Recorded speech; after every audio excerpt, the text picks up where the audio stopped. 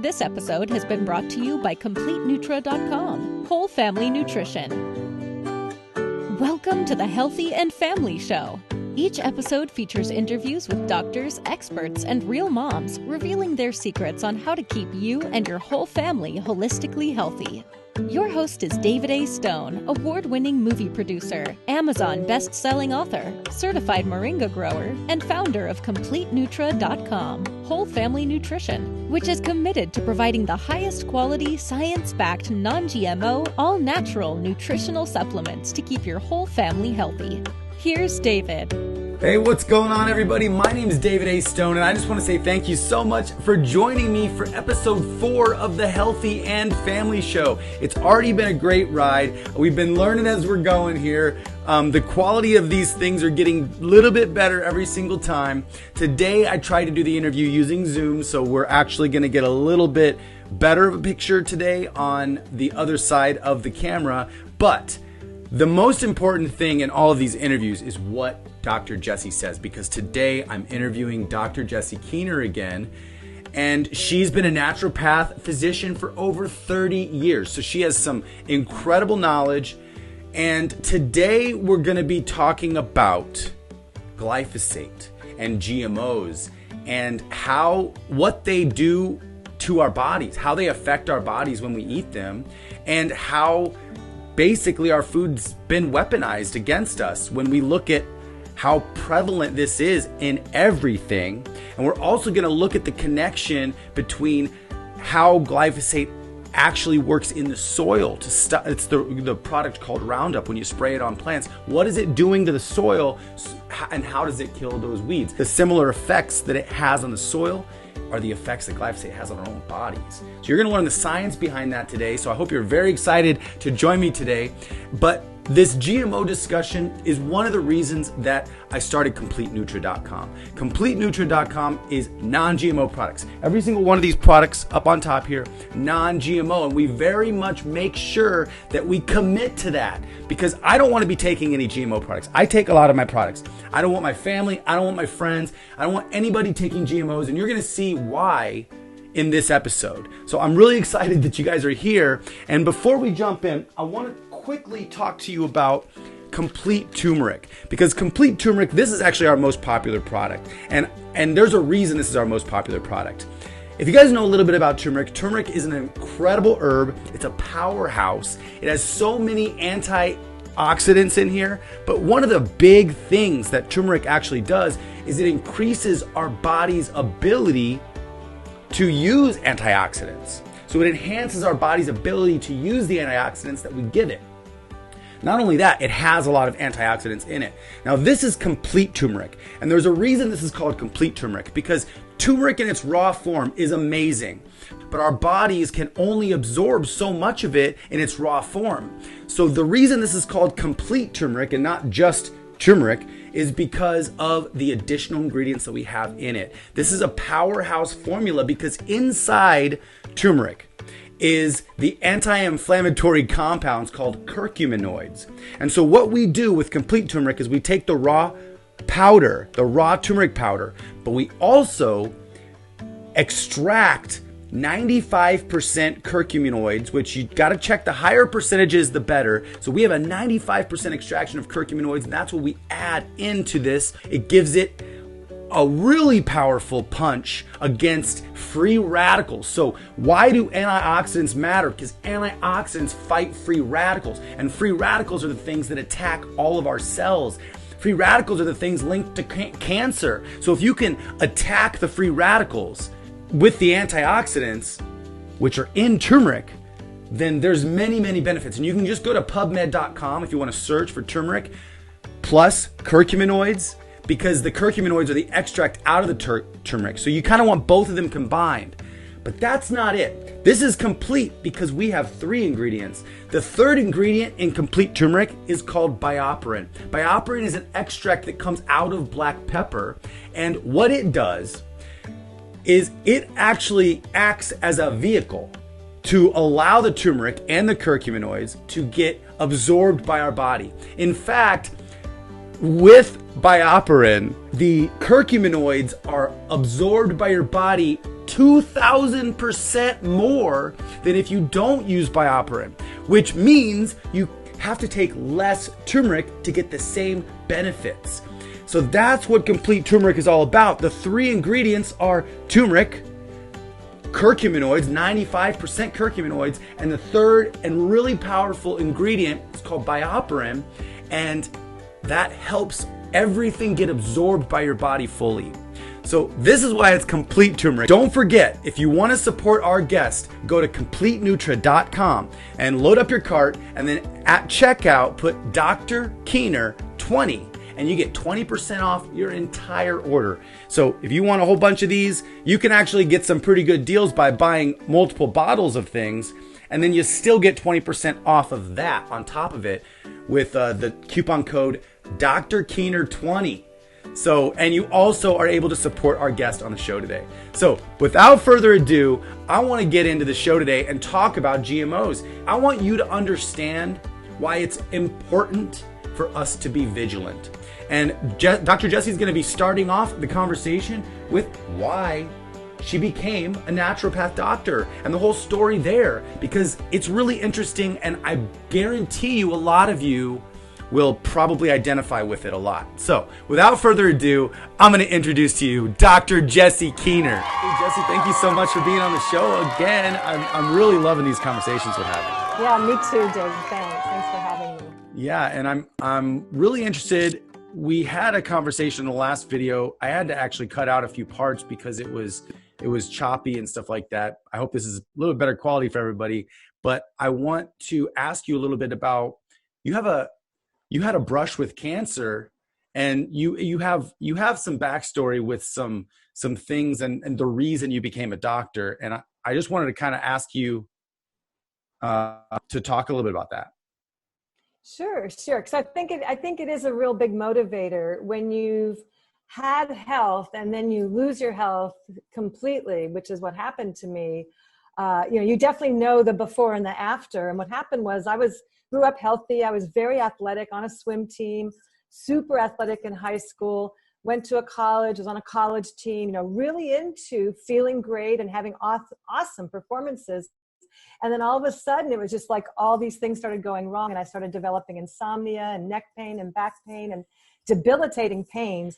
And then after a couple of years of that, I realized, well, my menstrual cycle has pretty much quit. I was depressed all the time, still couldn't sleep, started having fainting spells.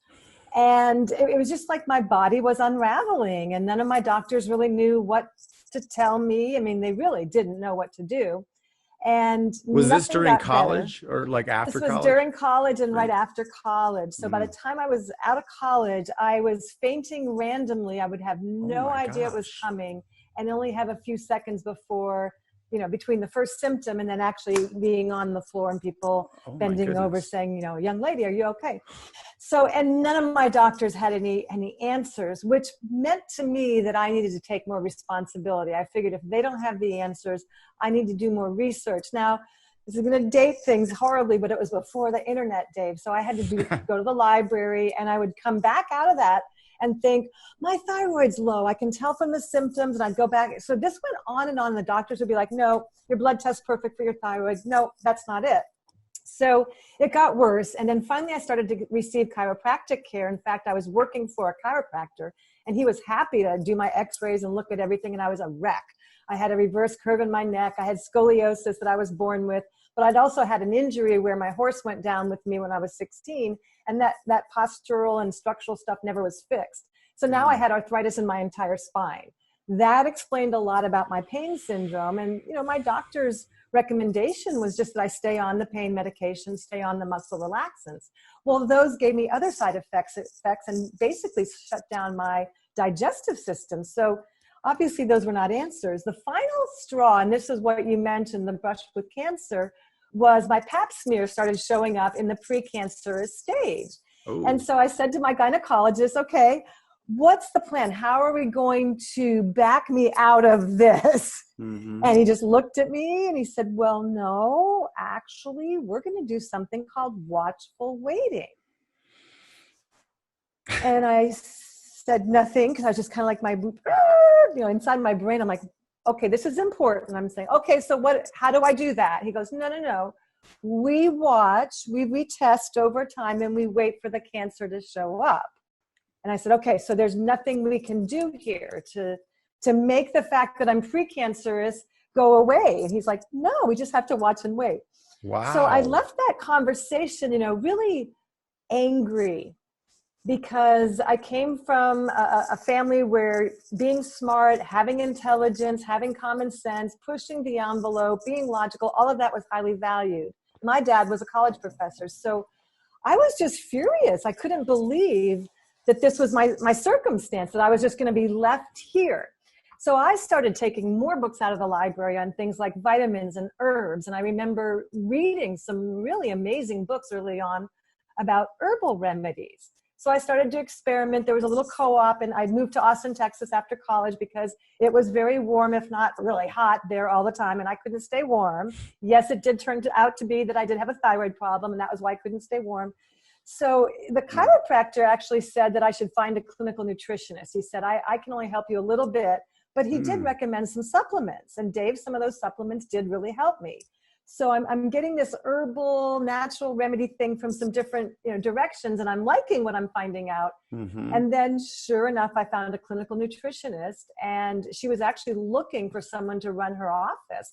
I applied for her office management position, got the job. It was awesome. She said, I'm not going to give you paid vacation. This is how it's going to work, but I will take your case.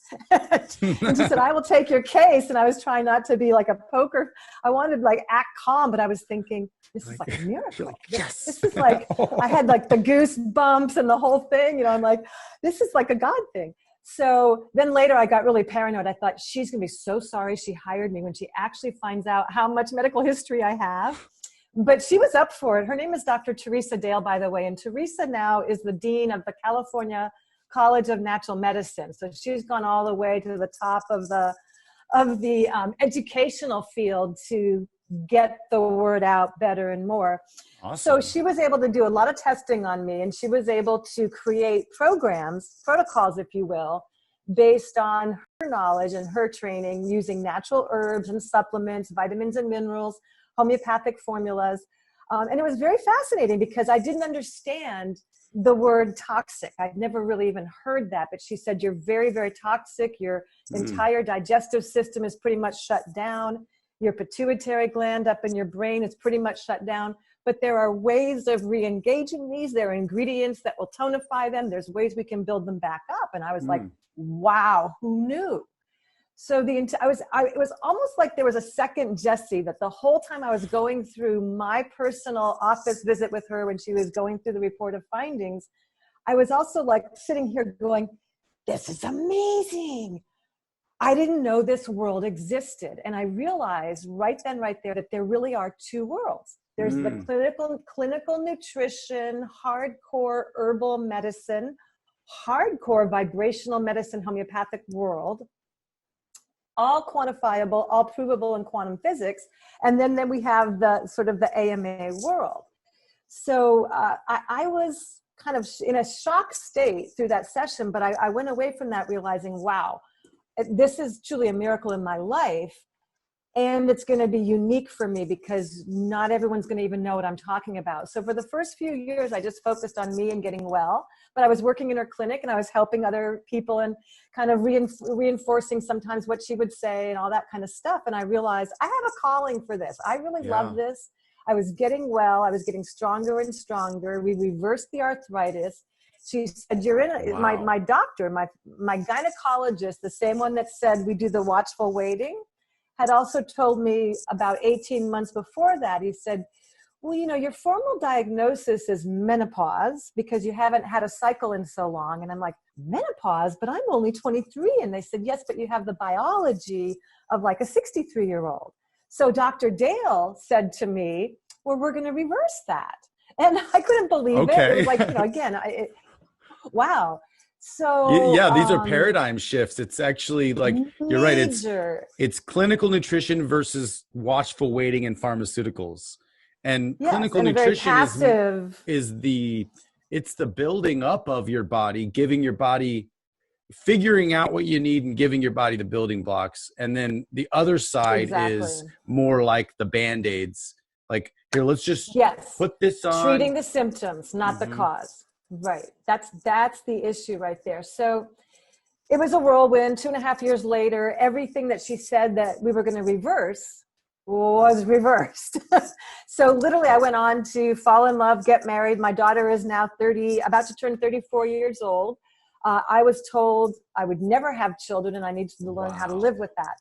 So I had a burning desire, and that was to be a mom. So I had reason to follow the, at times, challenging programs that Dr. Dale put me on. I had to give up a lot of my favorite foods, Dave. I had to change what I was doing and how I was doing it. Even simple things like I used to race through my meals and literally bolt my food, barely chewing. I was flanked by brothers. So anyone that has brothers know they're going to eat fast and they're going to beat you to the second. So I learned to keep up and sometimes beat them. Well, Teresa Dale explained to me that if you don't chew thoroughly, you don't actually tell your pancreas down in your belly what's happening up in the mouth, and the pancreas actually will not know which enzymes to manufacture. And I looked at her, I said, I thought that was all kind of automatic. She goes, it's automatic based on your chewing. Wow. Not automatic based on you swallowed it. And I was like, wow, this is, whoever talked about this? Nobody. Yeah, nobody. I mean, yes, my mom said, don't talk with your mouth full. Or they'd say, finish chewing before you speak, but nobody. You know what? So my grandpa mentioned, I was in real estate when I was younger, and I stopped doing wrestling in high school. I stopped being active, and I got into real estate, and I sat behind a desk for quite a few years, made some money, but whatever. Anyways, I put on a lot of weight. Like, I think I got up to 235 or something. Like, the heaviest I had been was when I was sitting in real estate behind a desk. So I went and visited my grandpa one year, and he was in Missouri. And the first thing he says to me was, you should probably start chewing your food a little bit slower and take your time eating because you're getting big, basically, is what he said. He was like telling me I was getting big, and his solution was chew your food slower, which I kind of was almost a little offended that he was telling me that I was kind of chunky, and I didn't really listen to what he was saying, but he didn't tell me why. He just said, chew your food slower, which I didn't realize there was actually science behind that. Yeah. So, I mean, the body is wonderfully logical. Our bodies and everything about what works with the body is completely rational and logical. Wow. So indeed, the actual activation of our salivary glands as we're chewing whatever's in our mouth sends a silent communication to the pancreas saying, there is some meat in Dave's mouth. And then the pancreas says, good, now I know which enzyme to put out there. Yeah. So there was just a bunch of these little things that I'd never heard about. Another one that blew my mind was she said, don't drink liquids with your meals because those same enzymes we're talking about get excreted from the body of the pancreas as a liquid. So if you're pushing in a big glass of iced tea or a ton of water because you realize I should be drinking water, then you're diluting your enzymes, and that's going to cause your food to not digest well. And this was a huge aha moment for me when she said the following. She said, food that doesn't digest well ferments, rots, and putrefies in the gut. And those toxic gases that are formed go into the blood, and your liver has to filter them. She goes, that's one of the fastest ways people age their livers, is they don't realize that they're compromising their digestive power. So I mean, it was like all of this behavioral stuff had to start happening. So it started with, when you sit down to the meal, Jessie, and so I actually changed over to chopsticks and literally, unless it was soup, did everything with chopsticks.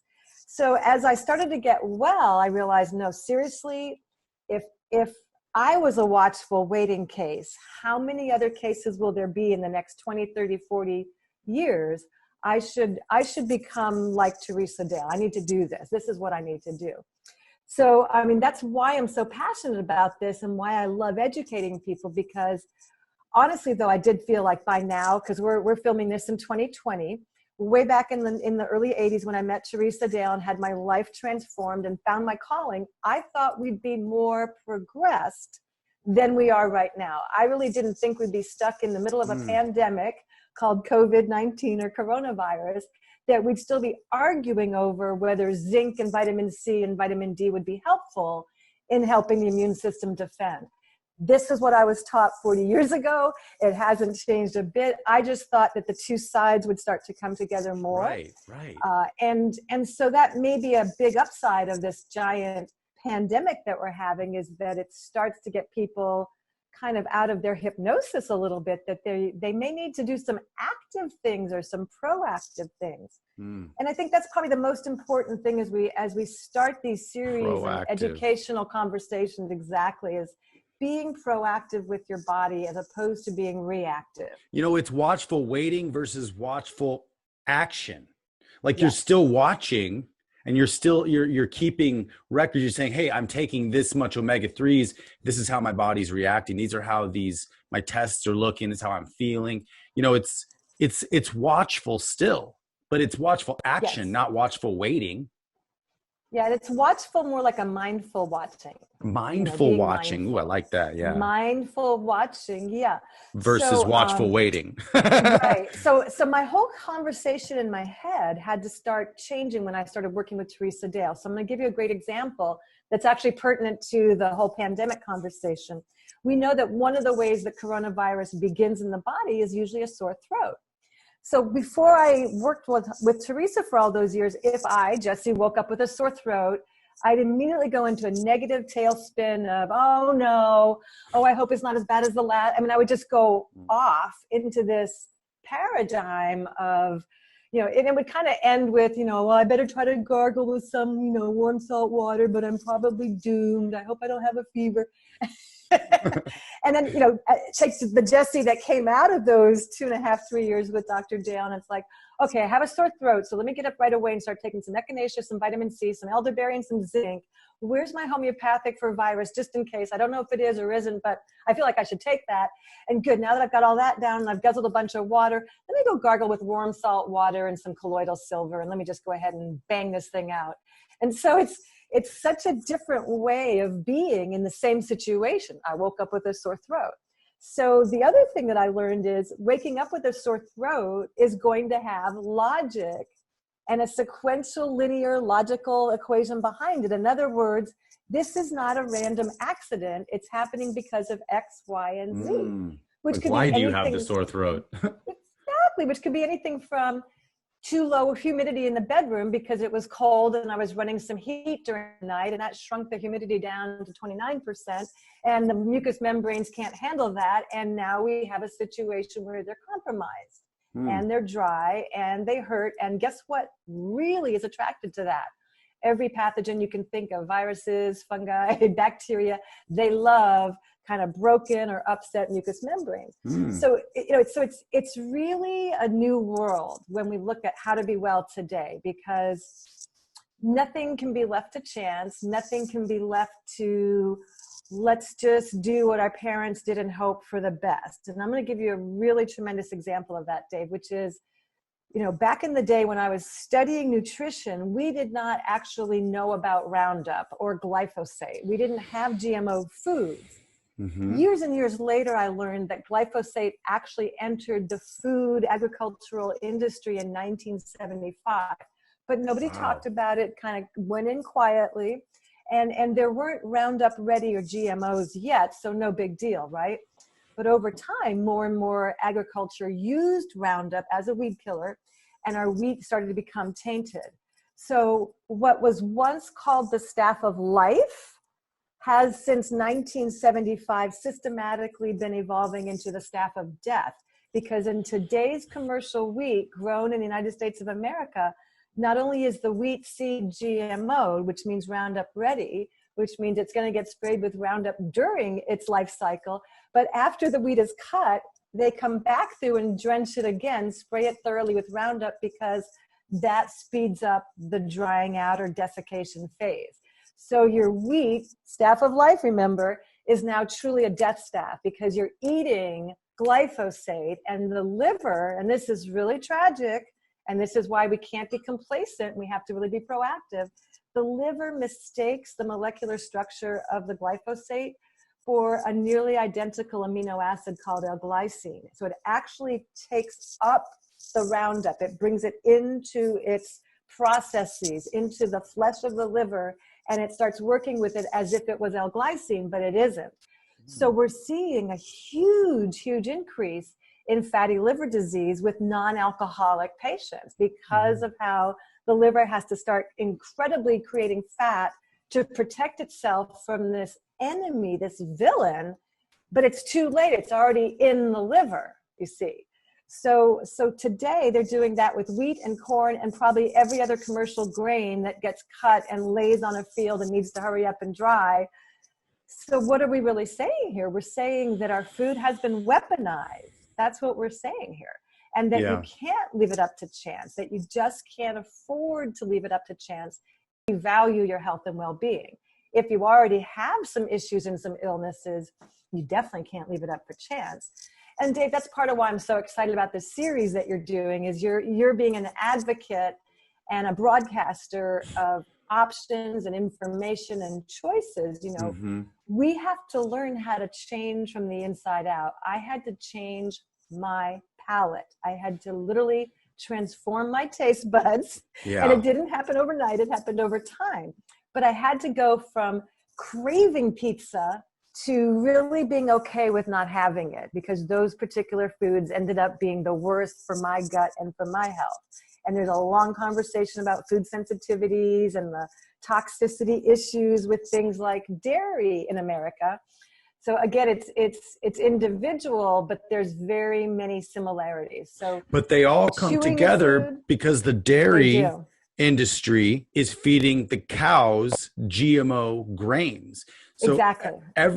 We're in a pandemic right now, a global pandemic, but you know what? We've been in a silent global pandemic for since 1975 with this glyphosate and GMOs. And when people understand what Roundup does in the soil, it makes a little bit more sense, because it does the exact same thing in our body. When you spray Roundup on the weed, what it does is it's a sodium-based product, and it gets in the soil and it locks up all the nutrients, makes the nutrients unavailable for the plants to use, so the plant can't grow. It creates a completely sterile environment. Now, here's the problem with the sterile environment in soil. Is a sterile environment, you don't have any fungus, you don't have any worms, you don't have any bugs. So we don't grow trees, we grow soil, and the soil grows the trees. The life in the soil and the processing of the life in the soil, when it eats everything and the decay, that produces the nutrients available for the plants to eat in an organic environment. And so what we're doing with Roundup is we're just locking up all the nutrients. So there's nothing, the ground is completely sterile, which is why they need to sell them the other fertilizers, the chemical fertilizers, because now the ground is sterile, no weeds, nothing will grow. So if they plant a GMO seed that not only will not die with the poison being sprayed on it, it'll just resist. It's the one thing, but it still needs to eat. So how does it eat? Well, we add some additional chemical fertilizers.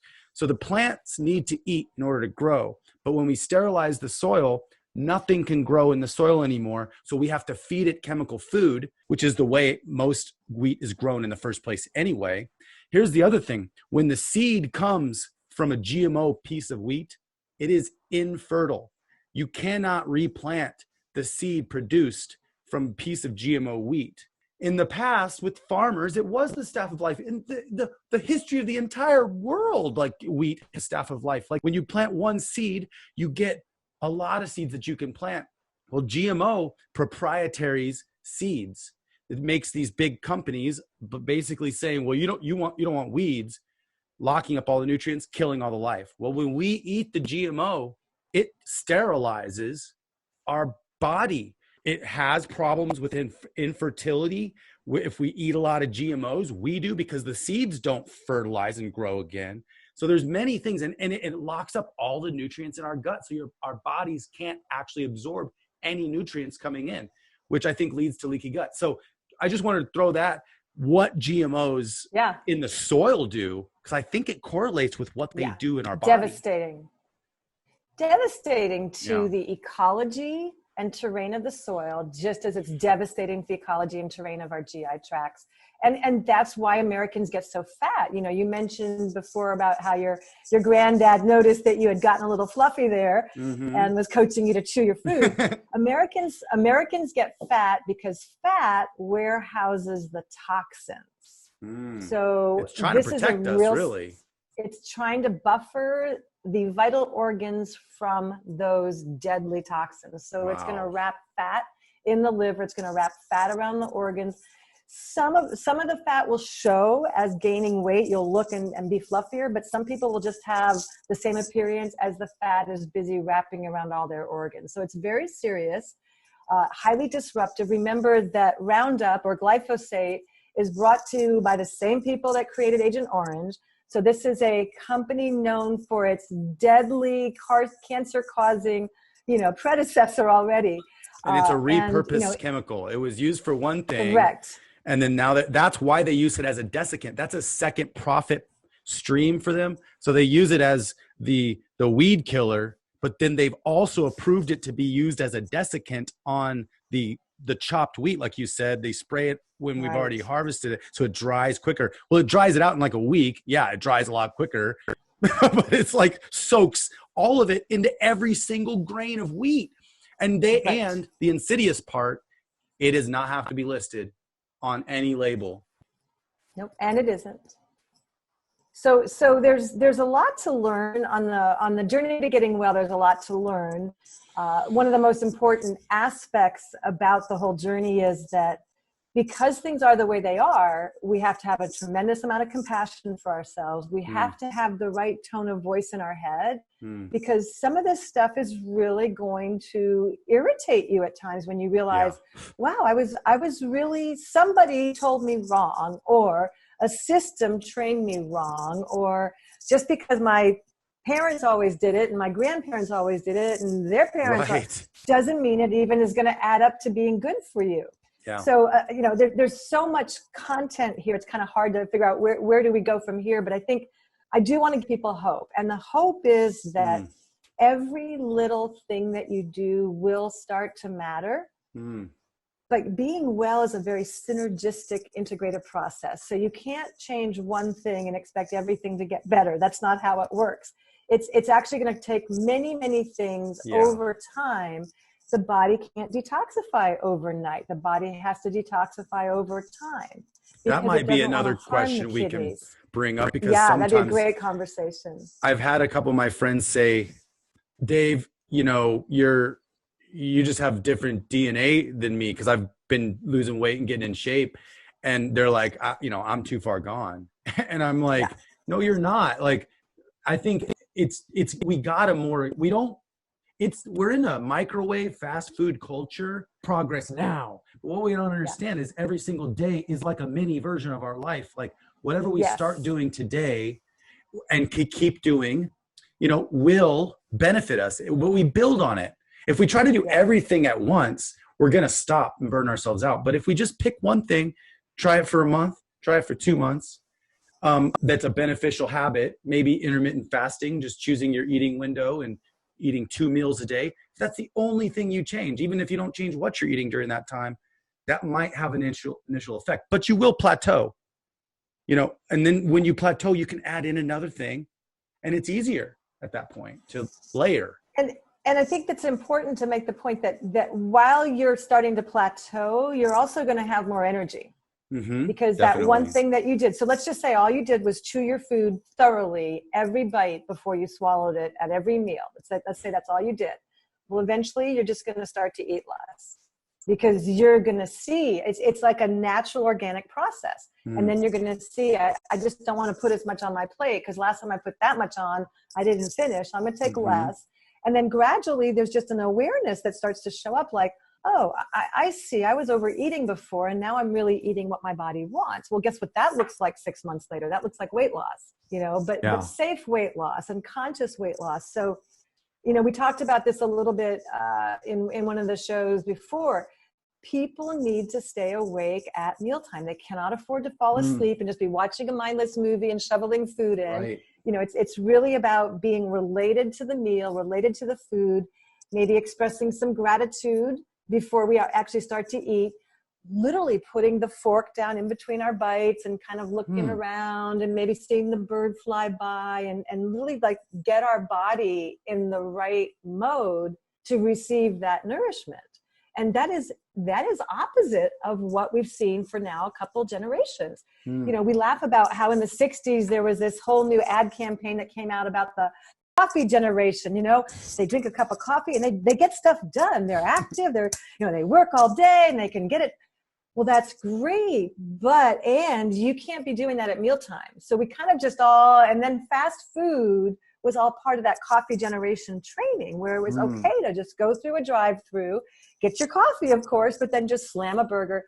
And that just sort of silently swept through our culture. And now it's far more the norm than not that people will just eat unconsciously, barely chew, do it on the go, in the car, you know, whatever. And yet this is one of our foundations to health. This is one of the most important foundations. You know, we are what we eat and absorb. We also are what we don't digest and ferment. We become those toxic people. Ooh, so wow. Yeah. really interesting. CompleteNutra.com, whole family nutrition. Hi, Dr. Jessie Keener here, and we're going to talk about complete turmeric today because this is a superstar when it comes to one of the worst problems we're all dealing with our health, which is inflammation. Science has now said that inflammation precedes every known disease. So this is really a beginning way of treating the problem before it even starts. So whether you have cancer genes in your family, or whether you've just had a history of not eating well, or whether you're a teenager that definitely doesn't eat well, you need the complete turmeric because it works with the body, reducing inflammation. There's been massive amounts of studies on this. Some of the studies even show that this, coupled with our essential 6, the vitamin D3 and K2, really work better than a lot of anti-inflammatories on the market, and those all have side effects. So complete turmeric, this is for mom, this is for dad, this is for teenagers, and definitely college kids who are burning the candle at both ends. One a day unless you're directed more by your physician or your naturopathic physician. But this is in my cabinet. It's a daily habit because we just can't get enough of the ingredients of turmeric in our everyday diet.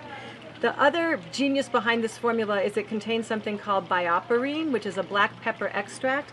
Bioperine, when you put it with other ingredients, it kind of expands the capacity of those ingredients. We call it a synergistic effect where it makes the original product work even better because of the bioperine. So you know you're not only getting the best turmeric in your body, you're also getting that synergistic expansion effect with the bioperine. So mom, dad, you can take this after breakfast every day. Teenagers, after breakfast, after dinner. College kids, every day, no matter what, after a meal. Complete turmeric.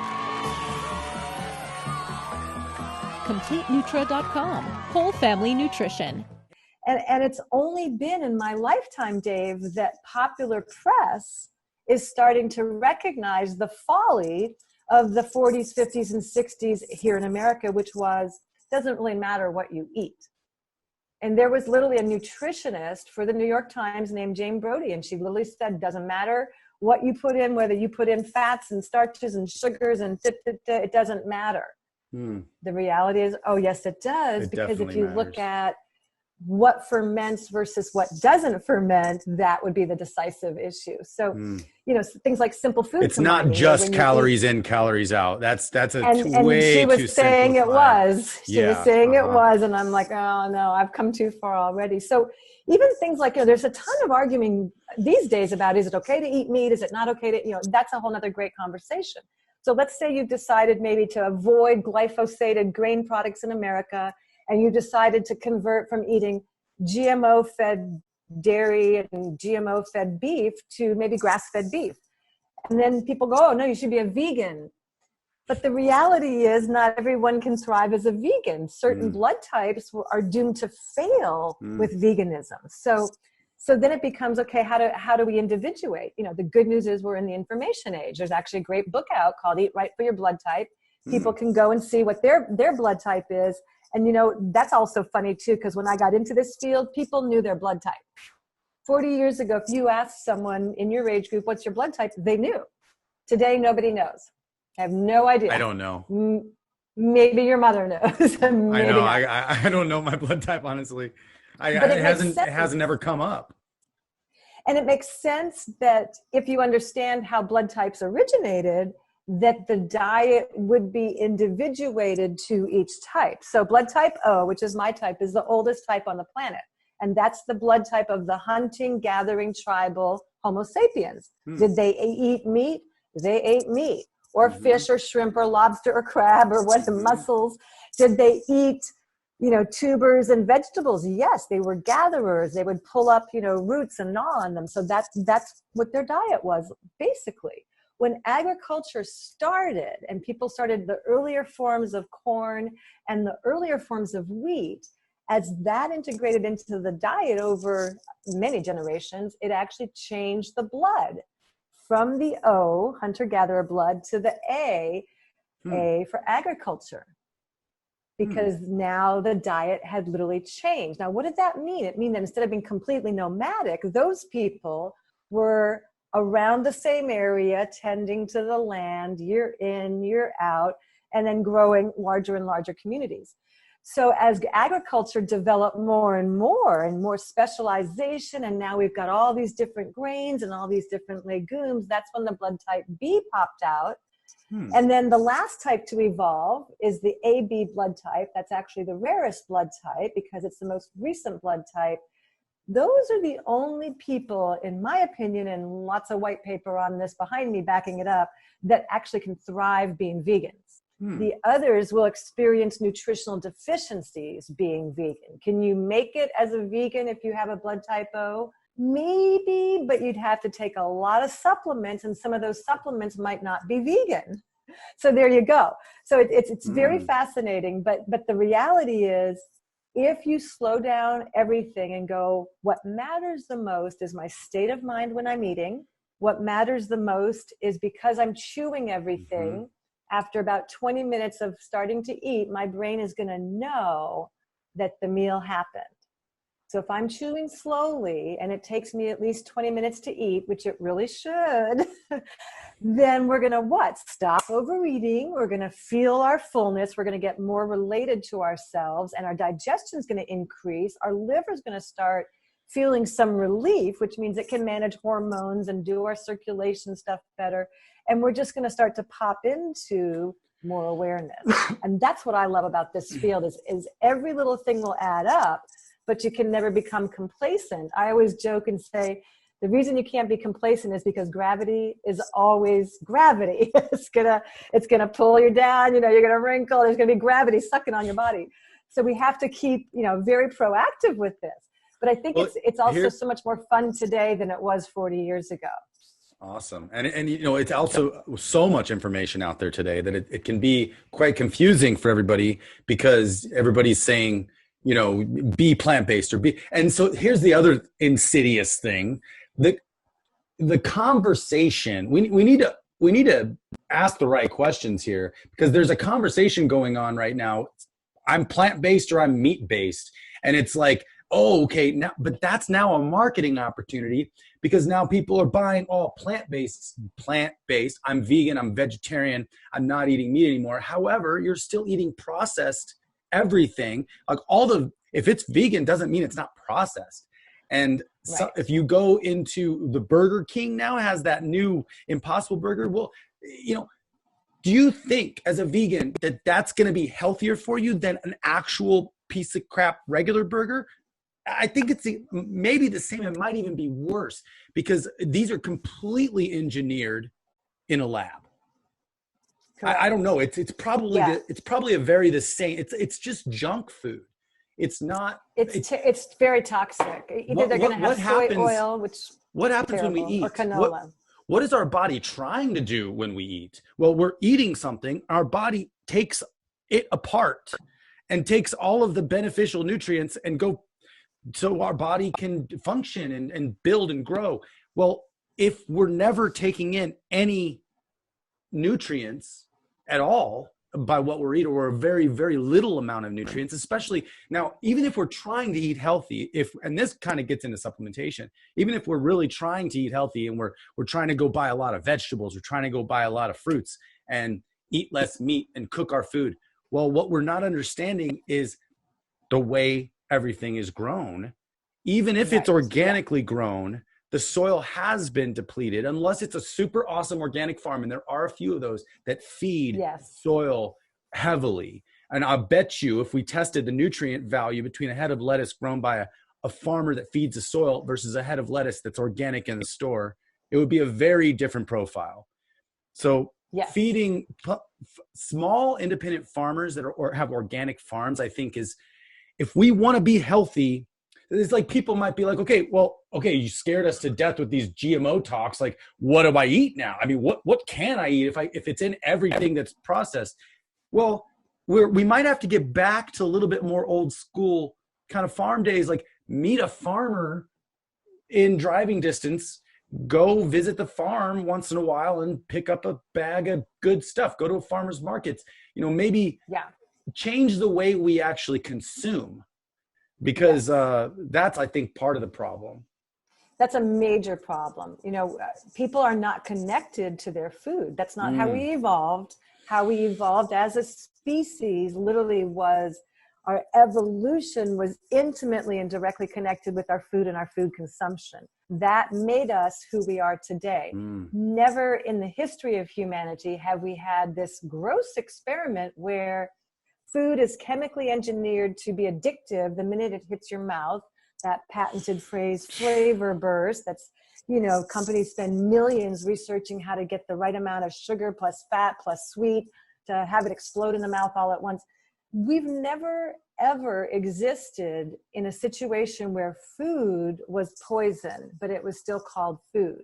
Right. So that's a pretty serious situation. It's very insidious, but it's very serious. So we have to be honest about that. So when people say, well, now that you've scared me to death with the GMO conversation, what do we eat?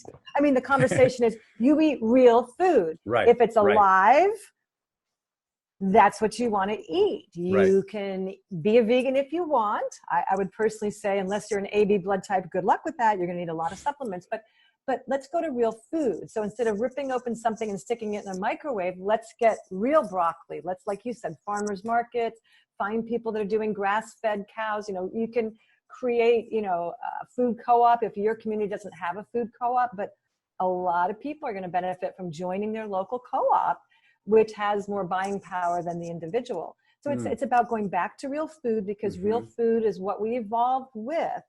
And only humans can be so insane that they think they can feed their body fuel that is completely outside of the body's design scope and be okay. Not happening. That's why the obesity. That's why the diabetes. That's why the heart disease. That's why you name it, we got it, and Corona-19 on top, because the people that are getting sick with this current pandemic are all people eating processed foods, people already having diabetes, already on high blood pressure medication. I mean, the obesity just tips those scales. So it's simple. We have to really look at, is it real food?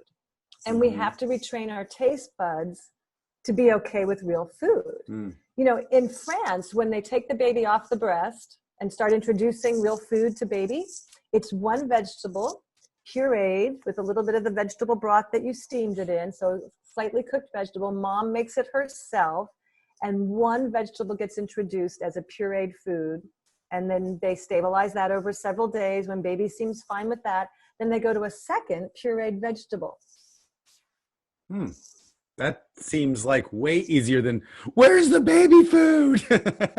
Do you know what this country, well, funny you should say that, because in this country, in America, the Pediatric Association prescribes cereal as the first food. That's an immediate GMO. That'll drop the baby's immune system. You are immediately GMOing. You are jacking their blood sugar, and you're going to create an addict. You're going to create a carbaholic, and that's what we've done.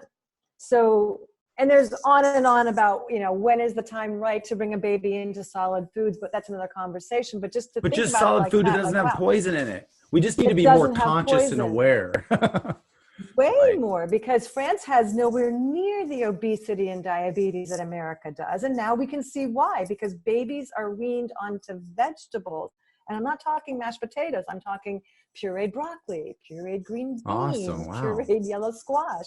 So they're trained as a palate. Is Children GMO in France, banned in France? Isn't GMOs banned? I think so. I think France and Italy have banned it. India I think so has too. banned it. Russia Because banned it. people Mexico think out has here banned to it. the other conversation that's going on that's a little bit off is gluten intolerant. Think you're gluten intolerant. Actually, you're probably just poison intolerant for the most part. No, I'm not going to buy that. No. So there is a real thing called gluten intolerance. So but in France, people really don't feel it as much eating a crepe versus in the U.S. The wheat is different over there. Ours has been hybridized.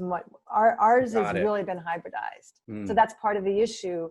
But then people in France don't have the same medical obsession that we have in pediatrics in this country, which is the minute there's something wrong, you get that child on an antibiotic.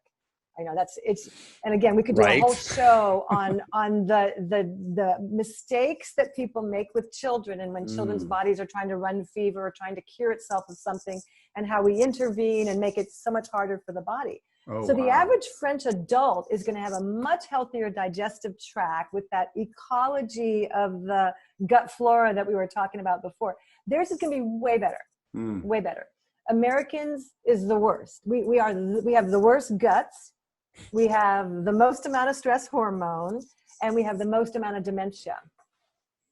And that's a real issue. Well, now they're calling dementia diabetes type 3, right? Type 3 diabetes, right? Because they're finally, this is again, the sad thing that happens when you don't marry clinical nutrition and integrate it into AMA medicine. But we've known over here in the clinical nutritional field that when bodies start moving in a certain direction, that they have a syndrome going on called metabolic syndrome or syndrome X.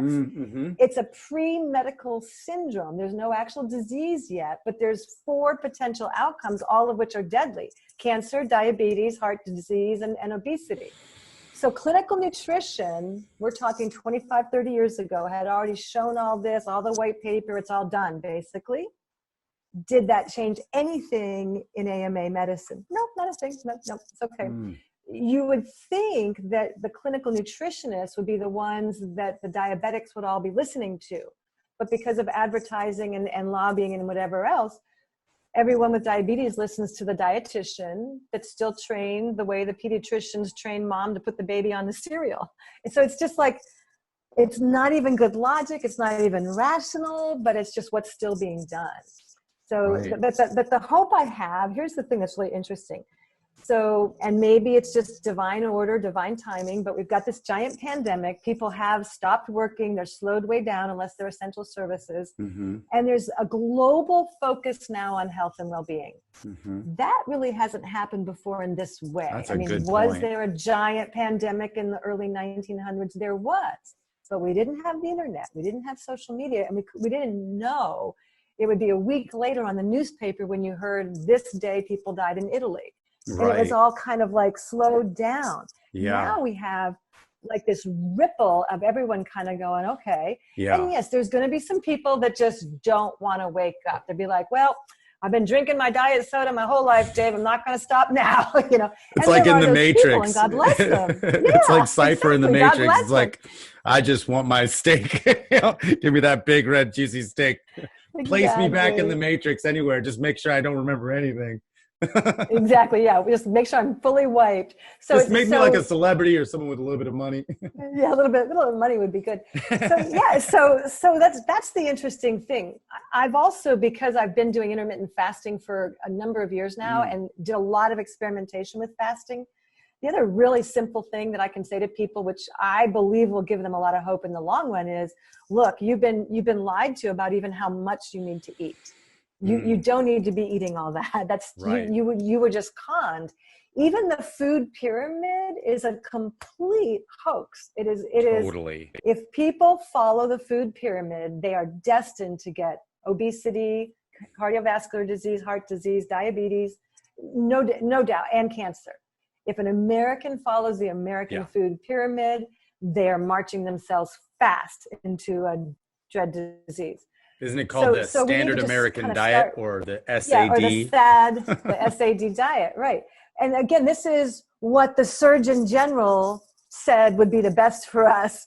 So I have a lot of hope. I think there's going to be a lot of investigation over the next couple of years about all of this. Yeah. I mean, everything from our president just decided to stop funding the World Health Organization. Wow. Look, they've caused a lot of harm. There's probably a great deal of corruption there. They did not call this pandemic properly. Maybe their loyalties aren't really for the planet, who knows? But all of this is going to mean that there's more attention on what really does work. What really does work. It really does work to chew your food. Mm-hmm. It really does work to hydrate yourself in between your meals. It really does work to be conscious while you're eating. No other animal watches TV while they eat their meals. You know? So all of these little things can add up really fast. When you go to the farmer's market and buy that broccoli, it's going to probably taste better than the broccoli you got at the grocery store. Right. So there's all these little upsides, and I've traveled a good chunk of the world, and I do recognize that the United States of America has the worst agricultural of anything. You go to countries that people go, oh, that's a third world country. I'm like, yeah, but you know what? Their lettuce tastes like lettuce. Their spinach will knock your socks off. Their carrots are to die for. You know, they don't GMO. So yeah. What's the question? Right. So I do feel like there's a lot of hope, and there's going to be like this wave now of just interest, support, validation that our bodies can repair, they can restore. You can change your body drastically. That's what I did. Most of what I had going on was genetic, it turned out, plus lousy food choices, not understanding food sensitivities, repeatedly eating things that I didn't know I was sensitive to. Mm-hmm. But the reality was I was able to change my genetic patterning that set me up for so much of what I was struggling with. And that's a distinction that most people really would benefit from accepting, that your genes are just a suggestion of what, awesome. What God gave you. It's just a suggestion. It's a blueprint. Right. Anyone that knows basic architecture knows the blueprint is not the finished building. Yeah. You build your house, right? You know, so don't confuse the blueprint with the solid structure of that building. Do not confuse your genes with the solid structure of what you've got here, because it's really, really malleable. And that's what you weren't taught growing up. That's what they're not teaching us in high school in biology. I mean, and don't expect it to happen tomorrow. Like, give it a year of dedicating time to yourself. You have to give it the time. You have to. Yeah. For sure. Totally worth it. Yes, absolutely. I'm doing it this year. So I just did another practice that I just started, because I'm not doing yoga or anything, but I've been working out, but I'm inflexible. And so I put myself a desk on the floor. So I have a floor desk and a top desk. So I don't have a chair in here. So I can either stand up and work, or I can sit on the floor cross-legged and work. And I've been doing that this whole month. And now I can actually sit cross-legged again without my knees all doing all weird stuff. But I can't quite put it up. I can't. When I was a kid, I used to be able to put my foot behind my head. And like, I literally can barely touch my toes right now. And a lot of the things we used to do as children, sitting on the floor, we've forgotten about. And I think, anyways, I'm only bringing that up because that's been a practice that I started at the beginning of this month. Just like the practice of walking 10,000 steps a day started at the beginning of this year, and the practice of intermittent fasting. But you don't have to do everything at once. It's just like, pick one thing and start it for like 30 days. Like, sit on the floor for 30 days while you're working on your computer. It's totally crazy. And my legs are getting all locked up. Like, after I sit there for like 20 minutes, I have to like lift my leg off and like stretch it out. I'm like, man, I'm going to make sure my legs can do this again at some point. But maybe it'll take me the whole rest of the year. It's the long game we're playing, because life is the long game. Just be respectful to our bodies, figure out what your body wants, and then what you want, and just kind of just expect it to be daily for a year. Yeah. Every action will matter. And that's really the beautiful thing about this. So maybe you can't afford to eat organic all the time, but you can afford to slow down at mealtime. You can afford to chew your food thoroughly and put your fork down in between bites and just contemplate how yummy and delicious this is. You know, you can stop drinking a lot of beverages with your meals so that your body can focus those enzymes on getting that stuff broken down. You can start walking more than you walked before. I mean, it's just like little baby things. Excellent. And I believe that our birthright isn't what they told us. So again, a big giant con, a big giant lie is that you should get stiff in your 40s because the other people around you are getting stiff in their 40s. And they can't touch their toes. And you should be hunched over in your 60s. I'm getting old. You should be senile by your 70s. These are the normal things that, and we were lied to. Yeah. No, that's that's what they want us to believe, so that we're not supremely powerful, so we're not full of vital energy. And so we probably, if we did all that and didn't, peter out so soon, we'd probably change some things radically about how life is on the planet. Our bodies are designed to regenerate and heal, but not when we keep giving them poison. That's the ad absurdum part that we're throwing into the mix here is like, hey, eat this food that has poison in it and can't reproduce from seed, and it'll make you healthy. It's like, and it'll make you healthy. And do that while you don't walk and move your body and work harder. And so that's the perfect. And don't sleep. Get in front of the blue screen. Don't sleep. Exactly. Right? Yeah, because you're still drinking the coffee and you're the coffee generation. So it doesn't take much to look at the stats of Americans' health and go, wow. And then when we start getting out of whack, if we're a normal person, we'll go to the doctor with our insurance. They'll here's Adderall, or here's a different stimulant. And those I think are way overprescribed too. But see, once you start getting addicted to that, then you need more and more and more and more and more. And man, if you ever get off Adderall, you're probably going to be sleeping for like a solid month if you've been on it for years. It's who has a whole month to take off?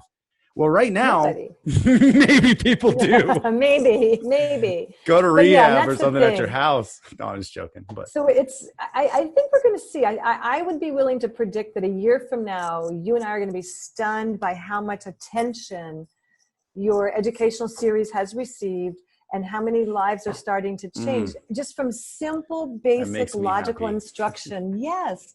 Because this is the stuff that mom didn't know, so she couldn't teach us. But I know your mom and I know my mom, and if they had learned it, they would have taught it for sure. Totally. But now we know. I mean, how many times did mom sit down and say, now fill up that glass with milk before you sit down at the table, make sure you've got your full glass of orange juice at breakfast. So we were just indoctrinated into thinking this is how it is. But when you really study it, we got to question everything. That clinical nutrition is medicine. Correct. Yeah, because that's actually the part of science that gets it done. That's where literally livers get regenerated and pancreases get stabilized and blood. But here's the thing too, that it's not like we can that's where everybody, sometimes people are looking for the easy, quick, hey doc, just give me a pill, I'll take it, whatever. It's like clinical nutrition is holistic. We have to address all the different areas of our life and our emotions and our mind. And it really is it involves a little bit of effort and energy. And you're right. Their hearts need to be open. Their ears need to be ready to hear, and they need to be ready for change. But I know there are a lot of people out there right now who are ready to change. And if you're ready to change, look, there's some very simple, you just gave tons of awesome, simple takeaways. Let's see, we got, just make sure you're in a great state of mind when you're eating, chew your food, try to chew, 30 or whatever times but just chew consciously. Don't eat poison. So be conscious of of what you are eating, whether it's grains or whatever. And don't eat liquids with the meal. Don't drink liquids with the meal. Those are excellent. Right. Yeah. Those are excellent. Yeah. And it's really true that as you go just through those basic things and the digestion starts to improve and the liver function starts to upgrade. And that's when people start to go, I'm less moody, I'm less irritable, maybe even a little less forgetful. And that's really exciting stuff. Very, very early on, those changes will start to take place. And then you have more resources, you have more brain power. to go to work with working on anything, whether you're planting a garden or figuring out your next meal. It doesn't really matter. If you've got more energy, more brain power, because your organs are functioning well, you're going to fulfill yourself. And you know, I hear some of these doctors saying, which is, sounds cool to me, like they're like 40 is the new 20 because 160 is the new 100. I'm like, that sounds interesting. Let's figure that out. I'll sign up for that. Well, thank you so much. I think this episode is a really exciting one. It's a pleasure. It's a pleasure, Dave. Anytime. Thank you for joining us for the Healthy and Family Show.